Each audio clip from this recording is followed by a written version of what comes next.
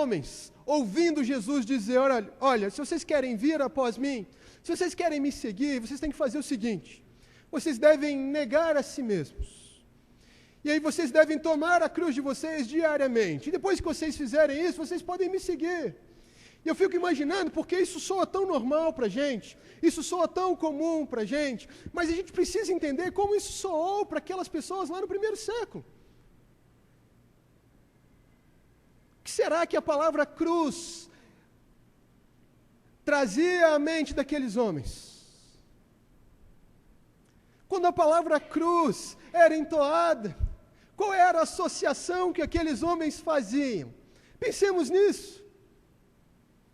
O que nós precisamos entender aqui no chamado de Jesus Cristo é o seguinte, olha, discípulos, vocês que têm me seguido até aqui, é o seguinte, eu estou indo para Jerusalém. E eu não estou indo para Jerusalém para me assentar no trono de Davi, não. Eu não estou indo para Jerusalém para exercer o meu reino de forma política. Eu não estou indo para Jerusalém para a consumação de todas as coisas. Ao contrário, eu estou indo para Jerusalém para morrer. Eu vou ser crucificado lá. Você quer me seguir? Vem comigo. Vem atrás de mim. Você quer me seguir? Vem atrás de mim. Eu estou indo para Jerusalém, mas eu não estou indo assumir o reino de Davi lá, não. Eu estou indo para morrer. Eu estou indo para ser crucificado. Você quer me seguir? Jesus está dizendo. Negue-se a si mesmo. Tome a sua cruz e siga-me. Assim aqueles homens entenderam o chamado de Jesus Cristo. Não soou como soa para a gente algo trivial, algo corriqueiro. Aquilo foi impactante. Aqueles homens entenderam o chamado de Jesus Cristo de uma outra forma, de uma forma como nós normalmente não entendemos. Aqueles homens entenderam o que Jesus Cristo estava dizendo, e eles entenderam que para seguir a Jesus Cristo, eles precisariam sim abandonar todas as coisas, negarem a eles mesmos. E eles precisariam tomar as suas próprias cruzes e caminhar na direção da morte do eu, na direção do crucificado. Foi assim que aqueles homens entenderam.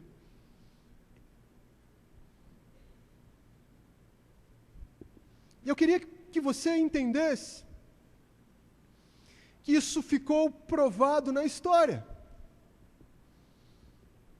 Talvez você me pergunte, e aí, será que de fato eles entenderam isso mesmo? Prestem atenção, Jesus naquela ocasião, lá no Mar da Galileia, ele chamou 4 homens. Chamou Pedro, Tiago, André e João. O que será que aconteceu com esses homens? Pedro foi crucificado de cabeça para baixo. Será que ele entendeu o chamado de Jesus Cristo? Será que ele entendeu o que Jesus Cristo disse quando disse, se você quer me seguir, negue-se a si mesmo, tome a sua cruz e siga-me? Pedro foi crucificado de cabeça para baixo, e ao que diz a tradição, ele foi crucificado de cabeça para baixo porque se negou a ser crucificado do modo comum, porque nesse sentido, ele não se achava digno de ser identificado com o seu Salvador. Pedro foi crucificado de cabeça para baixo. André foi crucificado na Grécia. Será que ele entendeu o chamado de Jesus Cristo? Será que ele entendeu a radicalidade do chamado? Tiago foi decapitado.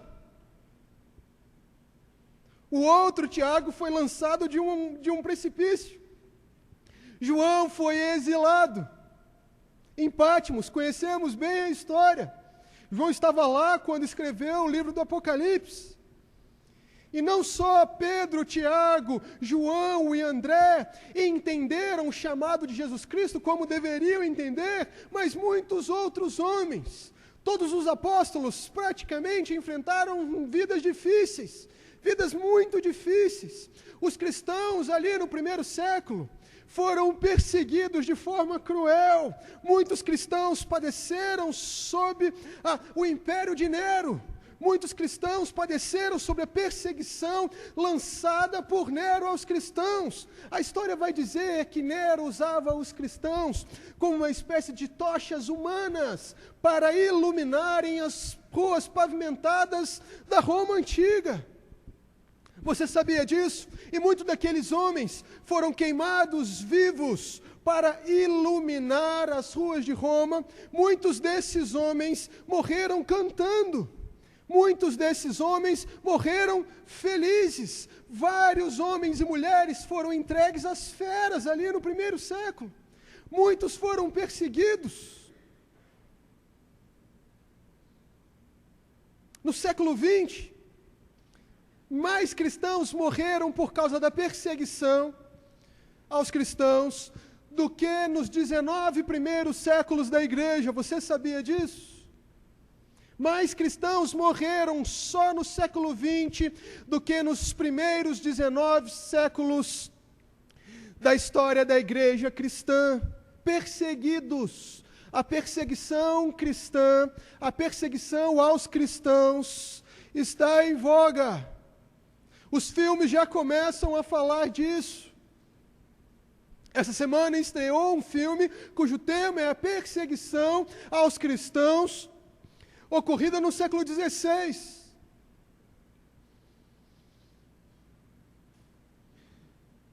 Agora, por que esses homens morreram dessa forma? Porque eles entenderam exatamente o que Jesus quis dizer quando disse: sigam-me. Se vocês quiserem me seguir, neguem-se a si mesmos.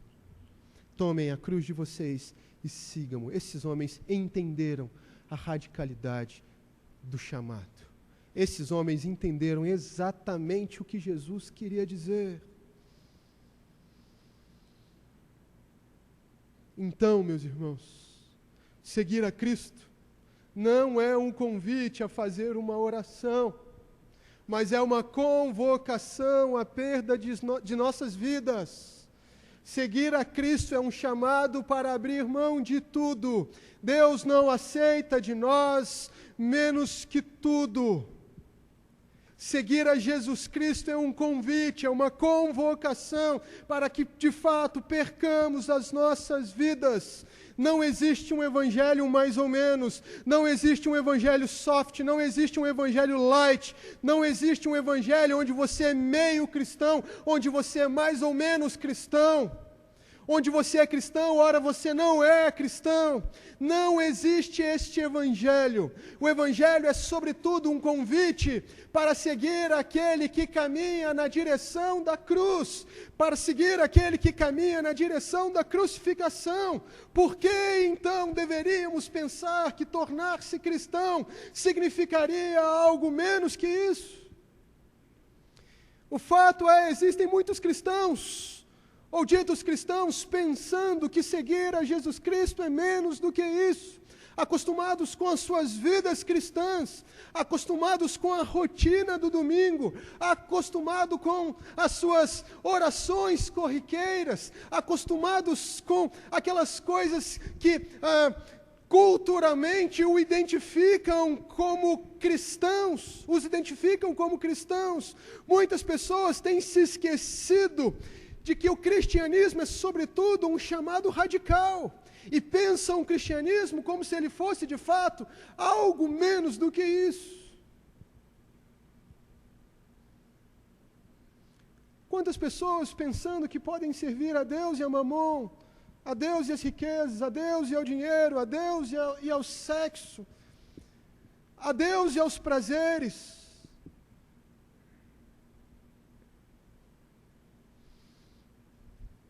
E sabe por que muitas pessoas pensam dessa forma? Porque, de alguma forma, elas foram condicionadas a isso. De alguma forma, elas foram condicionadas a isso. Algumas pessoas, elas estão atrás de alguma espécie de tickets para o céu, entradas para o céu, ingressos para o céu. E a nossa tradição cristã se incumbiu de muitas vezes criar esses falsos atalhos para o céu. É muito comum, por exemplo, alguém achar que está indo para o céu porque de alguma forma repetiu em alguma vez na sua história uma oração que é a famosa oração do pecador. Que é aquela história que a gente bem conhece, né? Olha, você quer aceitar Jesus? Então vem cá, repita uma oração comigo. Senhor, não sei o quê, me perdoa. Pronto, agora você não se preocupa mais com salvação, você está salvo. Você não precisa mais se preocupar com isso, você agora vai para o céu. Você está selado. A dificuldade é encontrar isso na palavra de Deus.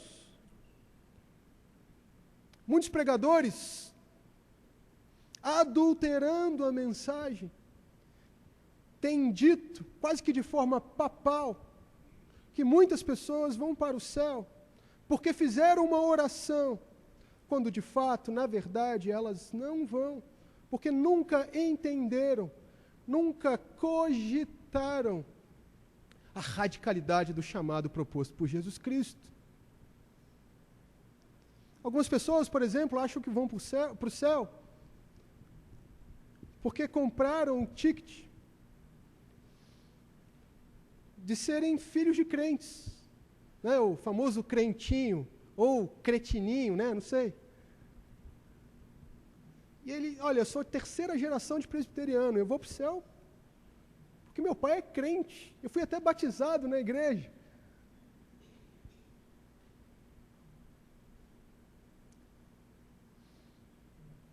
Outras pessoas acham que vão para o céu porque participaram de alguma forma de batismo e participam regularmente da ceia do Senhor. Eles têm parte nos sacramentos e eles estão de novo comprando um falso ticket para o céu. Outras pessoas acham que vão para o céu porque em algum momento nas suas vidas eles responderam com sim ou com acenar de mãos a um apelo feito nesses cultos muito emocionantes, onde o piano toca aquela melodia suave, bonita, e aí qualquer coisa que você disser, a pessoa vai responder com sim. E algumas pessoas, sinceramente, acham que vão para o céu porque em algum momento nas suas vidas responderam com sim a alguma espécie de apelo.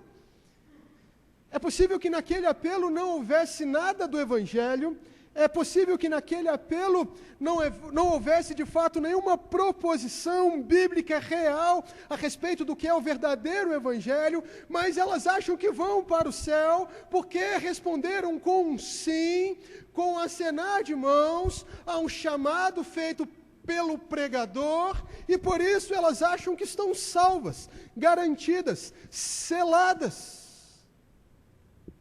Contudo, sem nunca cogitarem a radicalidade do chamado de Jesus Cristo. Você já parou para pensar nisso?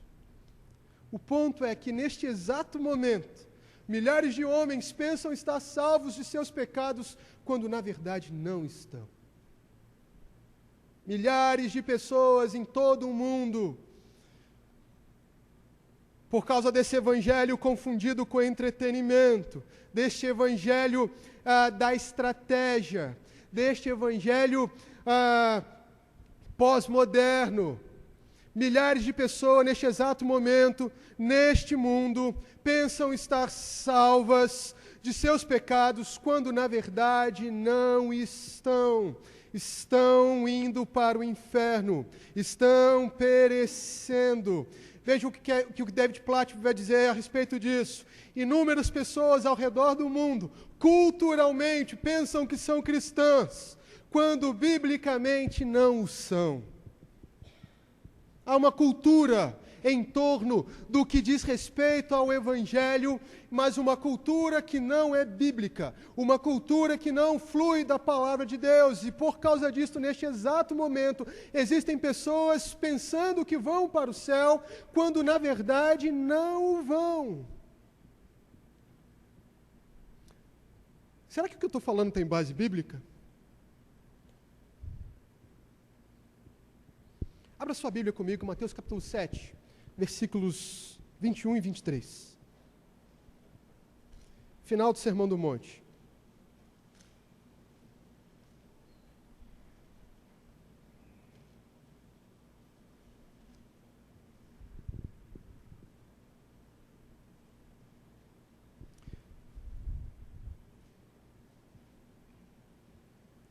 Preste atenção às palavras de Jesus Cristo ao final do seu sermão mais famoso, que é o Sermão da Montanha, encontrado ali no livro de Mateus, no Evangelho de Mateus. Diz assim a palavra de Deus: nem todo o que me diz Senhor, Senhor, entrará no reino dos céus, mas aquele que faz a vontade de meu Pai que está nos céus. Muitos naquele dia hão de dizer-me: Senhor, Senhor, porventura não temos nós profetizado em teu nome? E em teu nome não expelimos demônios? E em teu nome não fizemos muitos milagres? Então lhes direi explicitamente: nunca vos conheci, apartai-vos de mim, os que praticais a iniquidade. Meus irmãos, não sei se eu encontro no livro de Mateus palavras mais duras do que essa. Jesus está falando para os seus discípulos. Jesus não está falando nesse exato momento, apesar de estar falando diante de uma multidão. Jesus não está falando para a multidão. Jesus está falando para os seus discípulos. Pensemos, Jesus está terminando o Sermão do Monte. Ele está falando para aqueles que estavam perto dele. E Jesus diz: muitos naquele dia virão a mim, e naquele dia é uma referência lógica e clara ao último dia, ao dia do julgamento. Jesus vai dizer: muitos naquele dia, acostumados a me chamar de Senhor, muitos que me chamaram de Senhor normalmente, costumeiramente, enquanto viveram, serão lançados no inferno, não receberão de mim a aprovação, porque apesar de me chamarem de Senhor, normalmente, apesar de terem feito muitos milagres, apesar de terem feito muitas coisas que dizem respeito ao reino de Deus, não fizeram de fato a minha vontade. E eu lhes direi naquele dia: apartai-vos de mim, vocês que praticam o mal, porque eu nunca conheci vocês. O que a gente precisa entender aqui é que neste texto, Jesus não faz referência, por exemplo, àqueles que não o conheciam. Jesus não está fazendo referência, por exemplo, a muçulmanos, a budistas, a pessoas ligadas a outros tipos de religião ou a falsos profetas. Jesus está falando de pessoas que normalmente o chamavam de Senhor. Jesus está falando de pessoas que pensavam que eram cristãs. Jesus está falando de pessoas que entendiam, por aquilo que faziam e por aquilo que eram, que de fato seguiam a Jesus Cristo. No entanto, ele diz: eu não conheço vocês. Vocês pensam que me conhecem, até me chamam de Senhor, mas eu não conheço vocês. Apartem-se de mim. As obras que vocês fizeram não contam. Apartem-se de mim, é o que Jesus vai lhes dizer. Sabe o que isso quer dizer? Isso quer dizer que sim, hoje, nos nossos dias, é possível que professemos o cristianismo sem conhecer a Cristo.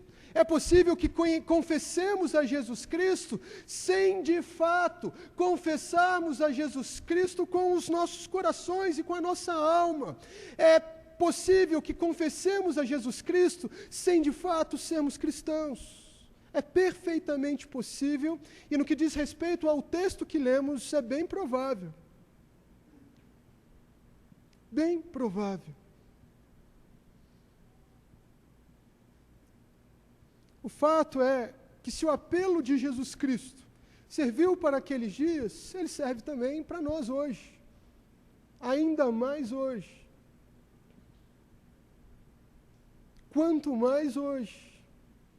Quanto mais para nós, por exemplo, que não experimentamos algum tipo de perseguição feroz, cruel, como os primeiros cristãos enfrentavam. Quanto mais para nós que vivemos numa cidade próspera do nosso país, é perfeitamente possível que confessemos a Jesus Cristo, mas não sejamos cristãos. O fato é, muitas pessoas se dizem cristãs, sem jamais terem considerado o preço de seguir a Jesus Cristo. Você já parou para pensar nisso?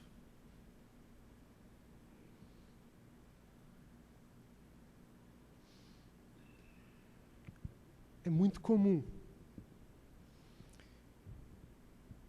que a gente saiba, por exemplo, de situações onde o indivíduo cresce numa igreja, ele é filho de pais crentes, ele tem uma vida moral aceitável, ele cria a sua família na igreja, mas num determinado momento de sua vida, de repente ele abandona tudo e abandona o Evangelho de Jesus Cristo de forma irremediável. Por quê? Esteve ali todo o tempo entre os irmãos, mas não era de fato alguém que confiava em Jesus Cristo. Isso é mais comum do que a gente imagina.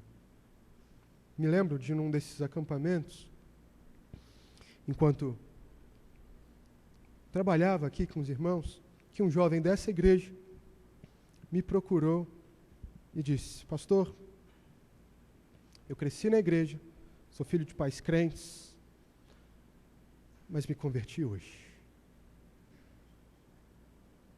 19 anos, talvez. Me converti hoje. Hoje o Evangelho fez sentido para mim.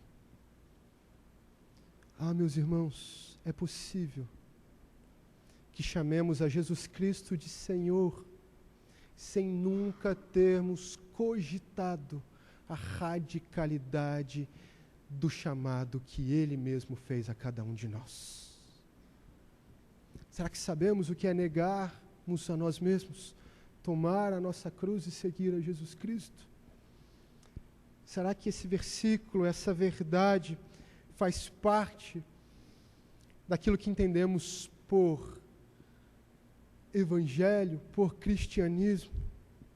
Pensando nisso, pensando na possibilidade de confessarmos a Jesus Cristo, mas de não vivermos para Ele, a possibilidade de confessarmos a Jesus Cristo sem nunca termos entendido a radicalidade do chamado. Jesus Cristo, no final do Sermão do Monte, falou de 2 caminhos, e o texto nós conhecemos bem. Jesus Cristo vai dizer no mesmo capítulo 7 de Mateus, nos versículos 13 e 14, ele diz o seguinte: entrai pela porta estreita, larga é a porta, e espaçoso o caminho que conduz para a perdição, e muitos os que entram, e são muitos os que entram por ela. Porque estreita é a porta e apertado o caminho que conduz para a vida, e são poucos os que acertam com ela. Veja o que Jesus está dizendo aqui. O ponto é, por causa da nossa tendência de gravitar em torno do que é fácil, em torno do que é popular, nós normalmente optamos por um cristianismo fácil, por um cristianismo simples e simplista, por um cristianismo que de forma nenhuma, por um cristianismo que de forma nenhuma traz à tona a radicalidade do chamado de Jesus Cristo. Muitas pessoas pensam seguir a Jesus Cristo sem negarem absolutamente nada daquilo que são. Por isso, Jesus Cristo vai dizer com todas as letras: entrem pela porta estreita. E Ele vai dizer: a porta ela é estreita, o caminho é difícil, mas esse caminho conduz à vida eterna. Esse caminho é o caminho que no final dele há salvação. Jesus Cristo está dizendo: entrem pelo caminho que lhes parece radical, que lhes parece difícil. Não gravitem em torno daquilo que é fácil. Não gravitem em torno daquilo que é popular. Não estejam preocupados com aquilo que o mundo pode oferecer a vocês. Não estejam preocupados com o aplauso da sociedade. Não estejam preocupados com a perseguição que esse mundo pode trazer a cada um de vocês diante da radicalidade do Evangelho. Ao contrário, entrem pelo caminho estreito, porque ao final dele há salvação.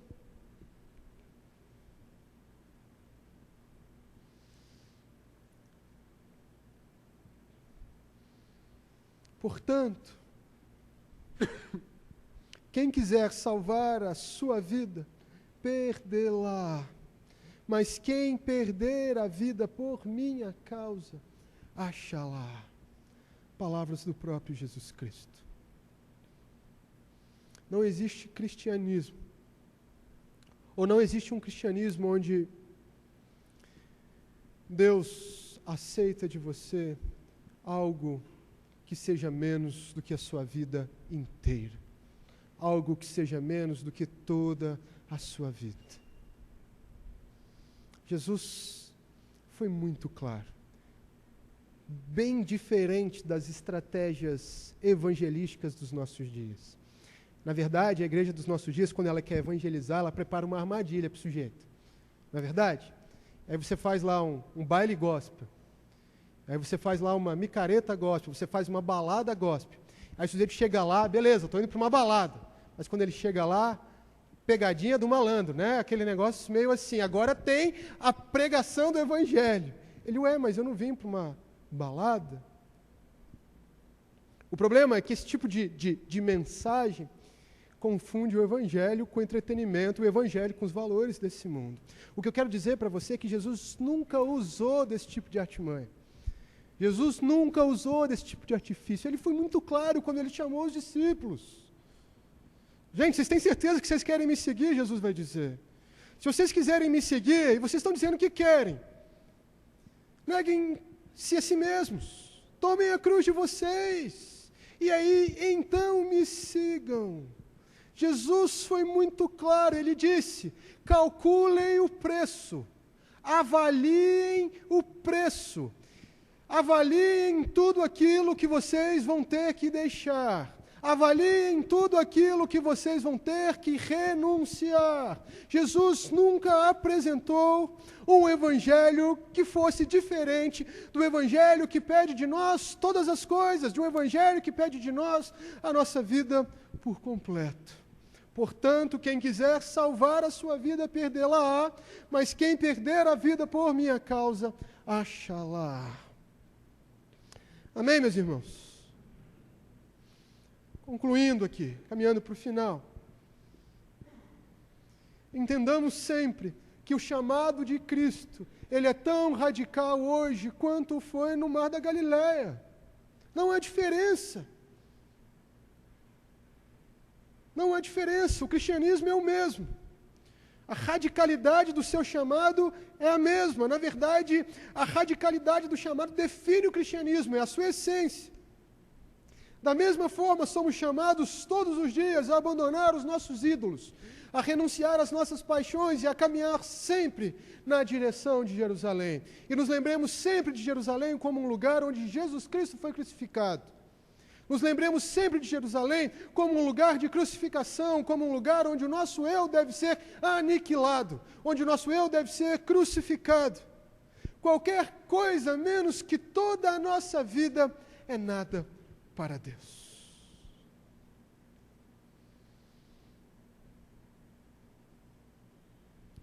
Duas perguntas para a nossa reflexão. Será que você que me ouve aqui nessa noite, considerou as implicações do chamado para seguir a Jesus Cristo? Ou você está aqui porque você comprou um desses tickets para o céu? Porque você fez uma oração? Porque você é filho de crente? Porque você acenou com um sim a um apelo feito algum dia na sua infância ou na sua adolescência? Será que você considerou alguma vez na sua vida as implicações radicais do chamado de Jesus Cristo? Você sabe o que é negar a si mesmo, tomar a sua cruz e segui-lo? O cristianismo parece algo radical para você? Qual é a leitura que você tem do cristianismo? O cristianismo parece algo radical para você? Ou ele se parece com algo, por exemplo, que pode te fazer bem-quisto na sociedade? Ou ele se parece com algo que pode fazer com que as pessoas te aplaudam? O cristianismo parece algo radical para você? Você sofre por servir a Cristo? Em último lugar, o cristianismo que você vive é radical. Considere tudo que você tem renunciado por causa de Cristo. E responda essa pergunta. O cristianismo que você vive é radical? Ele se parece mais com o cristianismo cultural, presbiteriano, batista, metodista, ou ele se parece com aquele pronunciado por Jesus Cristo no Mar da Galileia? O cristianismo que você vive é radical. Pensemos nisso. Pensemos nisso. Consideremos a natureza radical do chamado. Consideremos essa natureza. Vamos orar mais uma vez.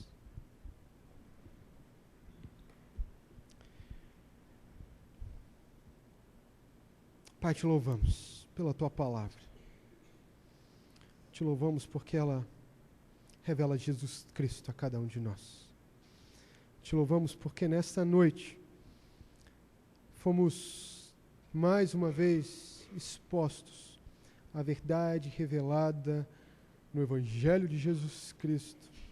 E te louvamos, Pai, porque mais uma vez essa verdade revelada a nós revelou também a condição dos nossos corações. E diante do que ouvimos aqui nessa noite, faz-nos, Senhor, por Tua graça, por meio do Teu Espírito, faz-nos refletir a respeito do cristianismo que professamos. Abre os nossos olhos para a radicalidade do chamado de Jesus Cristo. Ensina-nos a viver com a expectativa da eternidade, abrindo mão de tudo aquilo que nos impede de caminhar de forma progressiva na porta estreita que nós já encontramos. Ensina-nos a sermos discípulos de Jesus Cristo. Dá-nos os ouvidos para ouvirmos as palavras de Jesus Cristo, assim como aqueles 4 primeiros discípulos e tantos outros ouviram e ouviram ao ponto de entregarem as suas próprias vidas. Ensina-nos a sermos radicais, assim como o Evangelho do Teu Filho, que foi nos apresentado, é radical. Essa é a oração que nós fazemos, e a fazemos no nome de Jesus Cristo, nosso intercessor. Amém. Amém. Deus os abençoe.